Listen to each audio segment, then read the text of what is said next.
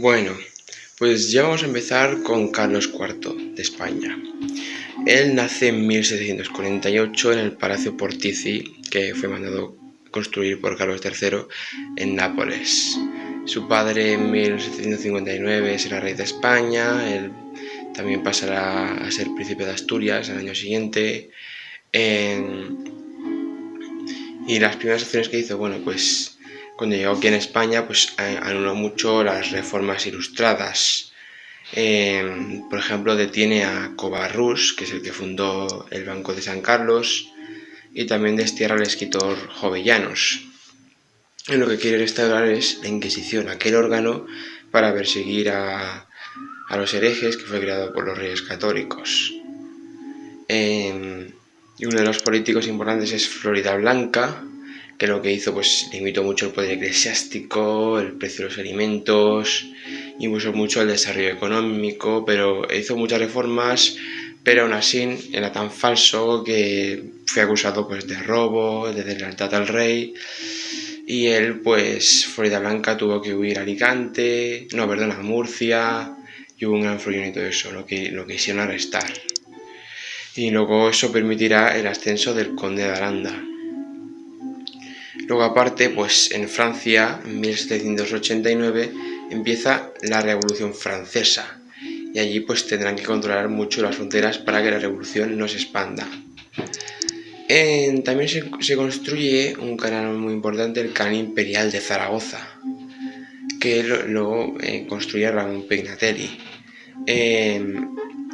Pues se ve que eso dependía del canal de Tauste, que ese canal pues fue creado pues por Carlos I de España y V de Alemania, aquella empresa, 1528.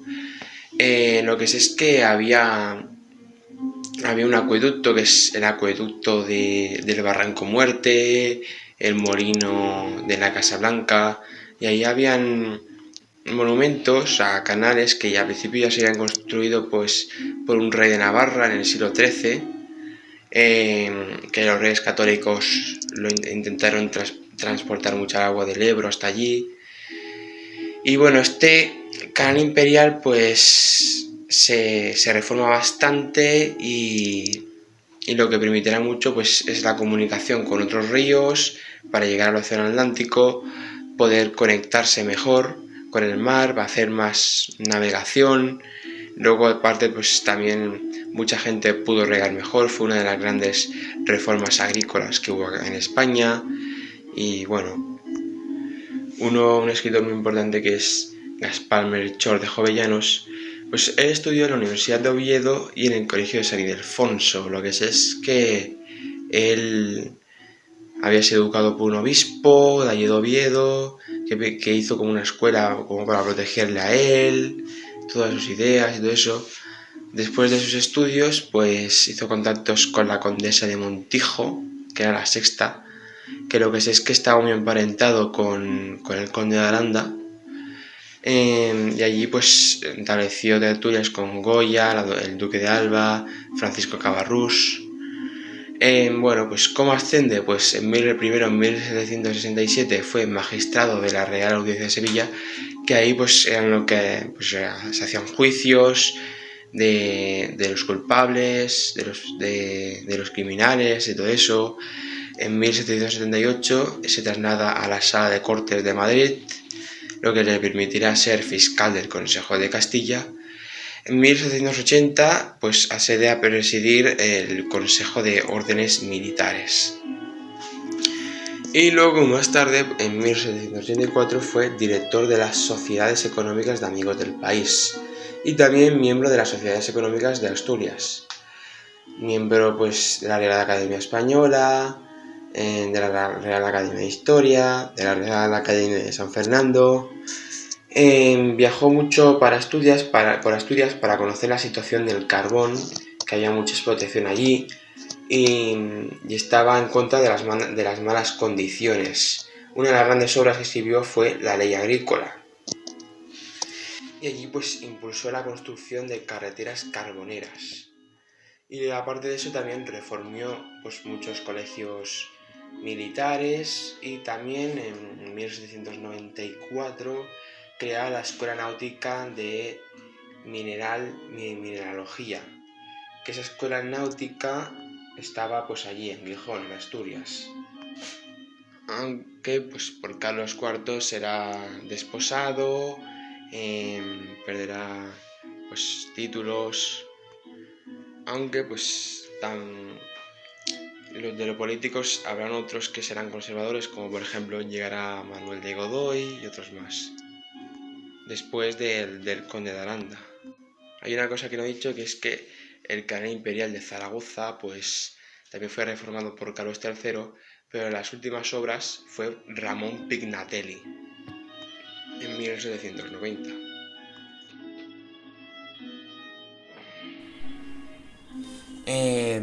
A la presidencia del Consejo de Hacienda pues llegará Pedro López de Lerena. Él al principio, de los primeros trabajos que tuvo, pues fue asistente de Sevilla, presidente del Consejo de Guerra durante el reinado de Carlos III, gobernador de Chile, allí preparó arancelos, la rebaja de las alcabadas, que era el impuesto del comercio, y luego en el reinado de Carlos IV será nombrado presidente del Consejo de Hacienda. Allí hará reformas como por ejemplo la navegación de barcos en las islas de Canadá, que son las islas Deman, que luego lo llamaron los británicos así, pero que en aquella época se llamaba como a él López de Lerena, o sea, Lerena se llamaba. Y luego aparte se unieron dos ríos muy importantes, que son, bueno, dos ríos, y eso fue una gran reforma porque luego había más navegación,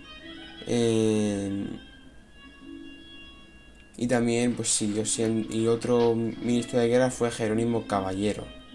Y aparte de eso, de donde él vivía,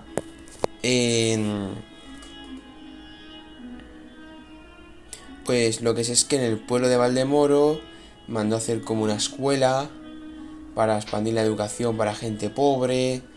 Él se casó 3 veces, las 2 mujeres primeras murieron, una era Isabel Martínez Moral, Juliana de Lomas, María Josefa de Picatori, que ella fue la última.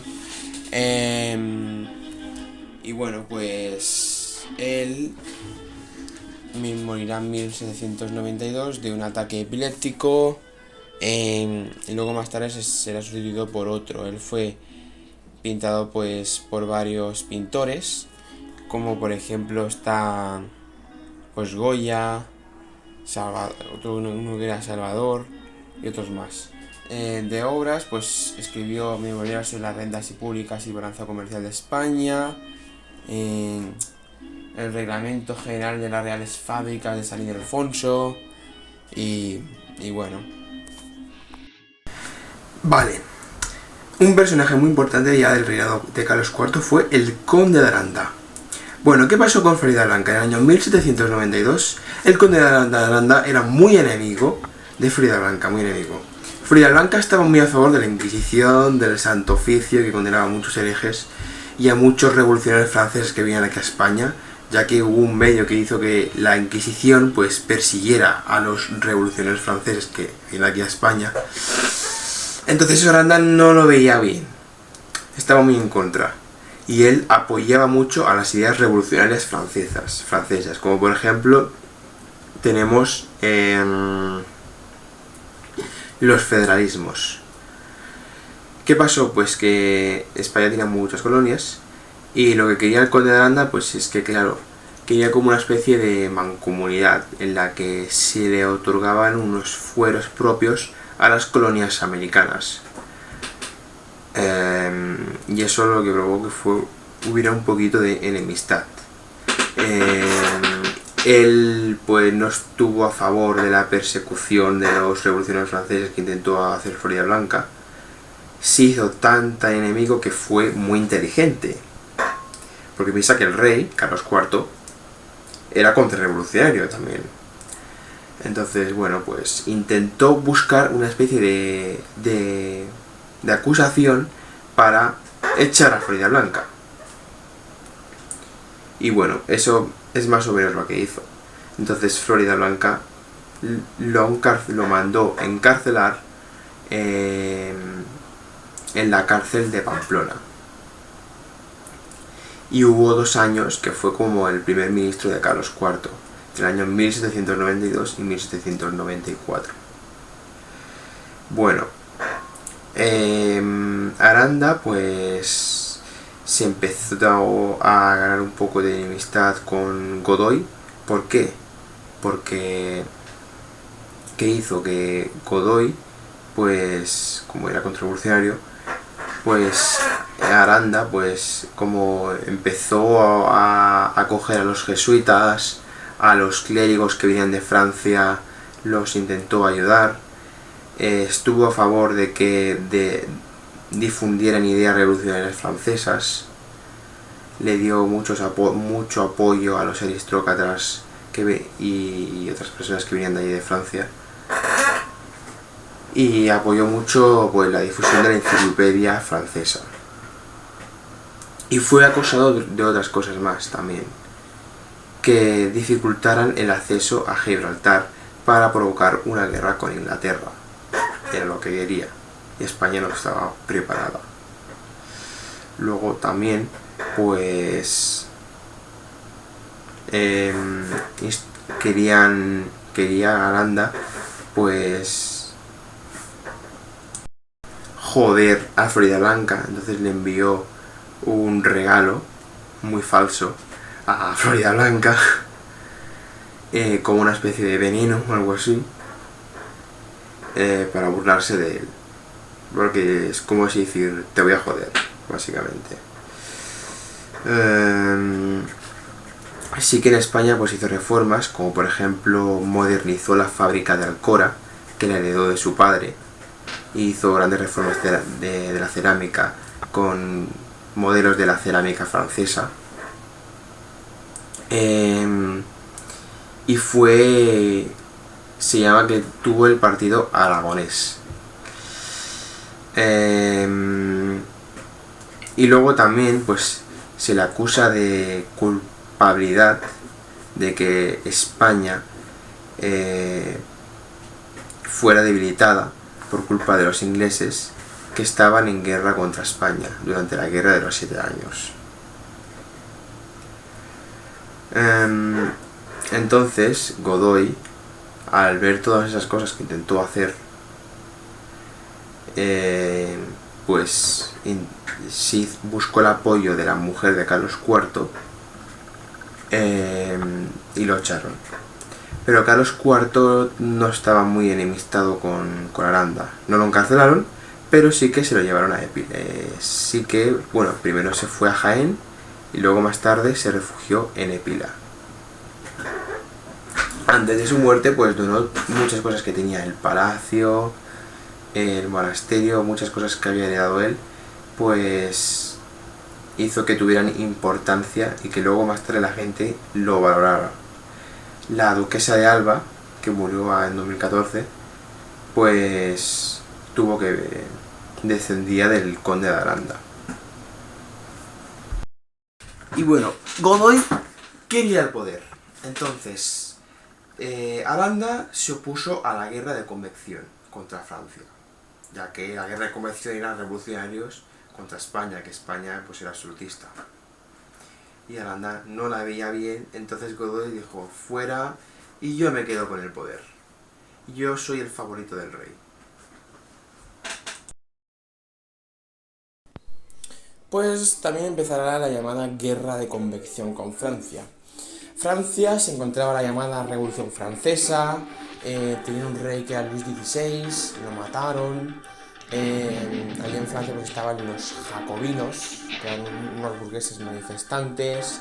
Luego fue la Convención Girondina, que era un partido burgués que era de los moderados. Los girondinos al final serán derrotados y todo eso. Allí en Francia, entre 1793 y 96, habrá una guerra civil entre los revolucionarios y los contrarrevolucionarios. Y pues Francia primero le declarará la guerra a España. Bueno, pues la guerra empezará Pues resulta que en España teníamos a un comandante que es Antonio Ricardo. Antonio Ricardo, pues habían preparado las tropas en las fronteras, había preparado 32.000 hombres. Luego también el virrey de Navarra, Pablo de Sangró, preparó 5.000 hombres. Luego también Ventura de Caro, que había sido un capitán general de Valencia y capitán general de Guipúzcoa, había preparado 18.000 hombres. Bueno, pues ahora os voy a hablar de Antonio Ricardo. Antonio Ricardo ya había participado en otras guerras antes, ya tenía bastante experiencia. Y empezarán pues, por la batalla de Truyas y se dirige pues, por el río Ter. Y aparte de eso, pues en la batalla de Coyur, en la de Vallagarde, en la de Ceret, que lo que sé es que en la batalla de Ceret también están las tropas del conde de la Unión, que preparan unos cañones, representa que los franceses se encuentran en los olivos, y luego más tarde se retirarán. Se me olvidó decir una cosa, que es que con Inglaterra, cuando empieza la guerra, firma el pacto de Aranjuez, con el que se alían, y también se aliarán con Portugal. Y bueno, pues lo que sé es que en la batalla de Truyas, pues los franceses se tuvieron que retirar, habían preparado 22.000 soldados, pero en cambio en España tenían muchas tropas, entonces se fueron para atrás. También asediaron la ciudad de Arles por el mando Antonio Ricardo. También Peirosteres, que empezaron a atacar por el sur y otra tropa española por el oeste, pero ahí perdieron, y lo que sé es que luego se retiraron a un campo que era Troyes y Pontellán. Jerónimo de Girón, que era el duque de Osuna, ya os he dicho muchas veces ese título nobiliario, pues era el capitán general de Cataluña y se habían dividido entre dos soldados. Otra batalla que habrá pues entre la frontera de Francia y España es la batalla de Villeneuve, en la que entrarán 5.000 hombres portugueses. Y bueno, pues por el País Vasco también los franceses intentarán asediar ciudades. Luego también Ventura Caro pues intentará asediar ciudades francesas, como por ejemplo está Endaya, luego más tarde Sara, Valdecarlos. Valdecarlos lo que es que la incendian, y ahí Ventura Caro, pues gracias a esa victoria, obtiene la orden de Carlos III. Y bueno, pues aparte de eso, participarán en la batalla del Mas de Deu, la batalla de Perpiñán, pues los españoles la ganan y se quedan con la ciudad, aunque luego más tarde se tendrán que retirar. La que está más al norte fue Tolón, que ahí vencieron a 14 barcos ingleses, y ahí participó Juan Federico de Gravina, y también con los ingleses y los portugueses. Y en esa batalla me llama la atención porque ahí empezó a participar Napoleón Bonaparte, que luego sería el emperador de Francia. Y bueno, pues aparte de eso, Puigcerdá la intentan asediar. Luego también hagan varios asedios por el norte de Huesca, como por ejemplo está Urdos, Canfranc, Bielsa, los montes como Deusau, Gaspe, Valdarán. Aparte de eso, pues se dirigen hacia Cerdeña los franceses. Y los franceses intentarán asediar la isla de la Magdalena, y también se dirigen a Cagliari. Pero en cambio de Cartagena, pues de España saldrá un navegador que es Juan de Lángara, que le frenará a los franceses, ya que Francia pues le haya declarado la guerra pues a los Países Bajos, a Italia y a todos esos.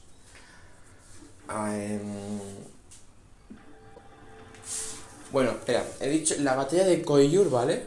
No he dicho quién participó, La batalla de Collioure, recuerda, Collioure está entre el sur de Francia y entre el norte, casi en la frontera, por la parte de Girona.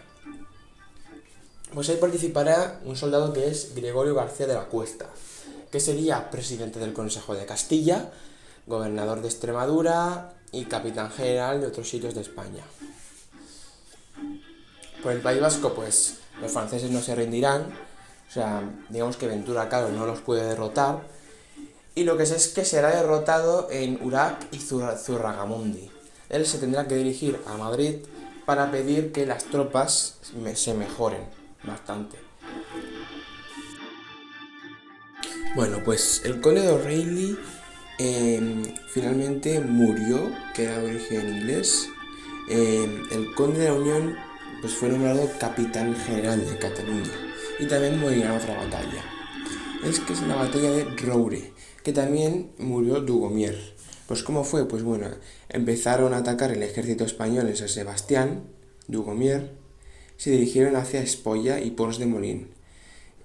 Dugomier le cayó una bomba y ahí es donde murió. La artillería pues siguió avanzando hasta el río Ricardel, tomaron primero la línea de Marcela, ataque del camino del Biurri y finalmente el asedio de un monasterio. El conde de la Unión pues recibió un disparo y en esa batalla finalmente Figueras se tuvo que rendir. José de Uruita sería el nuevo capitán general de Cataluña. Barthélemy sería el nuevo capitán francés que fue derrotado en Báscara. García de la Cuesta, que sería el futuro presidente del Consejo de Castilla, recuperará la ciudad de Puigcerdá, que antes había sido tomada. Ventura Caro, que era el capitán general de Guipúzcoa, atacó San Juan de la Luz contra el Bec, pero finalmente las tropas se enviaron a José de Uruita, que se dedicó a atacar Hendaya. Luego José Mantenir atacó San Juan de Pie de Puerto en la batalla de la Legión, donde participaron refugiados ingleses que habían sido contrarrevolucionarios. Muchos habitantes vascos pues, del País Vasco francés pues, fueron detenidos por ser contrarrevolucionarios y era gente inocente. Joaquín María sería condenado por expandir las ideas francesas, que él era un diputado del País Vasco que había tenido también un palacio allí en Zaraut, de una familia pues bastante rica, pero pues por eso, por expandir esas ideas pues lo detuvieron. Ventura Caro se dirigió a otro pueblo. Martín Álvarez de Sotomayor sería nombrado virrey de Navarra y capitán general de los ejércitos. En la batalla del Valle de Bazán, pues al principio se rindieron los españoles, los franceses siguieron avanzando por el río Bidasoa para apoderarse con la ciudad de Fuenterrabía. Entonces luego más tarde capturaron Tolosa y San Sebastián. En la Diputación de Guipúzcoa se reunieron con los franceses y los franceses querían quedarse con Guipúzcoa. Luego más tarde los políticos españoles de Carlos IV pues detuvieron a esos barcos por dejarle eso a los franceses. Luego más tarde los franceses se dirigieron hacia Pamplona antes de la paz de Basilea y lo que es que intentaron pues conquistar Bilbao y Vitoria y finalmente lo consiguieron. Y también se firmará el Tratado de San Ildefonso. En el Tratado de San Ildefonso España perderá la Luisiana, que la Luisiana había sido gobernada por uno de los soldados que había participado en esa guerra y empezará a perder colonias. En ese momento España tenía 20 millones de kilómetros, o sea 20 millones de kilómetros cuadrados, era como Rusia de grande, pero empezará a perder colonias. Bueno, pues la guerra acabará en la llamada Paz de Basilea, firmada por el embajador español en Varsovia, Domingo, y por otro embajador francés en la ciudad de Basilea, que está situada en Suiza. Pues consistía en finalizar la guerra, en En Haití, pues que Haití correspondería a Francia. Recuerda que Haití ya se había empezado a rebelarse contra Francia, había empezado la revolución haitana, y ahí España e Inglaterra intervendrían, mandarían apoyos. Allí España enviará un soldado para apoyar la independencia de Haití. Aparte de eso, pues la hija del rey francés, Luis XVI, pasaría a los Austrias. Se iría a casar con el futuro emperador del Sacro Imperio Romano Germánico. Y bueno, al año siguiente se firma en la granja de San Ildefonso otro tratado más en el que se forman alianzas. Si un país entra en guerra contra Gran Bretaña, pues yo que sé, Francia, por ejemplo, España entra, Francia le enviaría 15 navíos de línea, 6 fragatas, 4 corbetas, 18.000 soldados de infantería y artillería. Y bueno, 6.000 de artillería y caballería.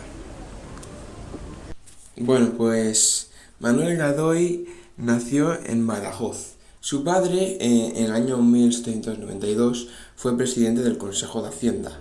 Se llamaba José Alfonso de Godoy, alcalde de Santa Hermandad y Badajoz, y María Antonieta Justa y Álvarez de Faria.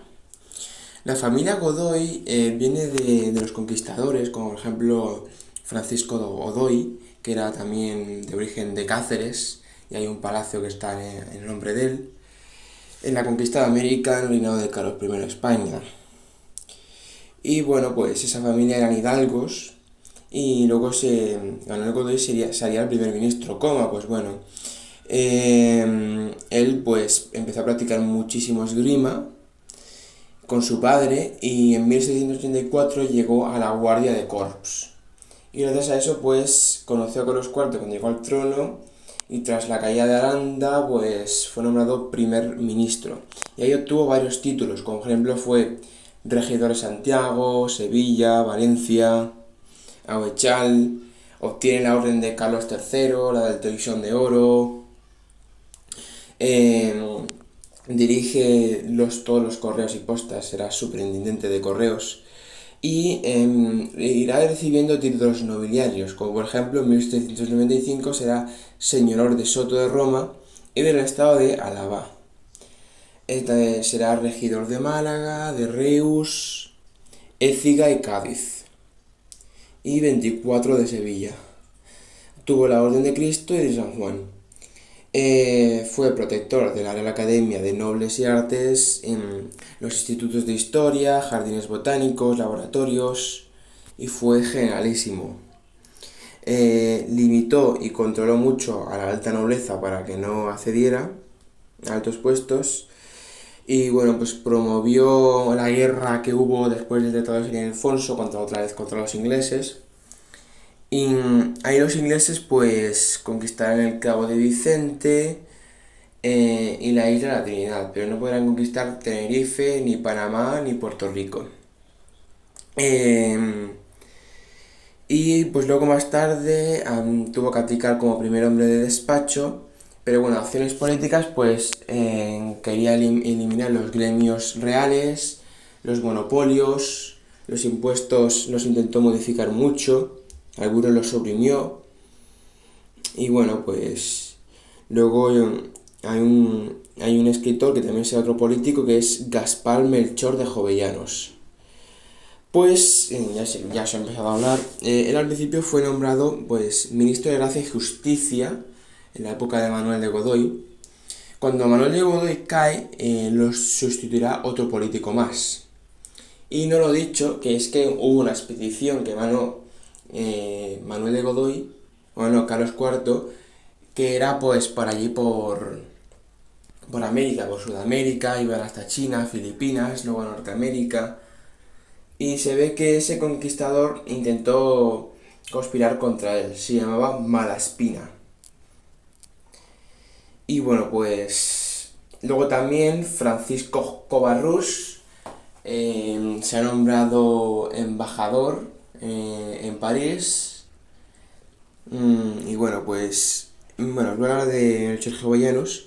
Él propuso un pacto libre entre colonos y también la reforma de los impuestos. Él estudió mucho la actividad económica del país. Estuvo en la Real Academia Asturiana, la reformó bastante, sus grandes temas eran sobre la reforma de educación. Creó pues un mercado nacional, o sea, quería decir para todo el mundo, el público, que se pudiera usar para promover pues eso, la industria.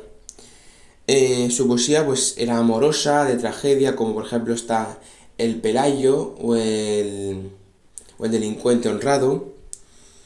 Escribió El Ojo Fúnebre del Marqués de...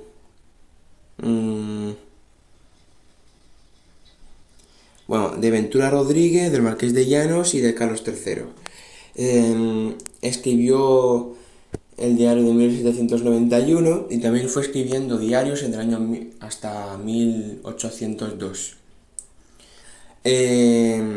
Escribió Memorias Familiares, Viaje de un pueblo de Mallorca hasta otro pueblo de Guadalajara, Informe del Estado Médico en Madrid, Discurso sobre el lenguaje y el diccionario, el reglamento para el gobierno, que está basado en un colegio de Salamanca, o sea, sobre el gobierno de aquel colegio, o sea, que en ese colegio, pues, como se estaba empezando a mejorar la educación, pues, se basaba mucho en ese colegio para reformar el gobierno y todo eso. Plan para mejorar los estudios de geografía, para mejorar, pues, la fabricación de seda, la educación de la nobleza, las causas de la decadencia económica, informes sobre la extracción de aceite, sobre la economía civil, sobre la marina, para mejorar los propuestos del Ayuntamiento de Gijón, informe de la Junta General de Comercio sobre las artes, las memorias del Castillo Belver, que las escribió en 1802, discursos sobre la sociedad económica de amigos del país, y luego también hizo obras de carácter jurídico sobre cómo mejorar las cárceles, sobre el Carlos IV relacionado con la Inquisición, sobre las leyes visigodas y pues bueno, pues de reflexión sobre la democracia, que la estaba intentando planear, y sobre la tragedia digna, que fue una obra que fue traducida, que ya fue escrita en Francia un siglo antes, y se ve que Ifginia pues era la hija de Agamenón, que fue sacrificada, cuando Artemisa lo hizo en la guerra de Troya.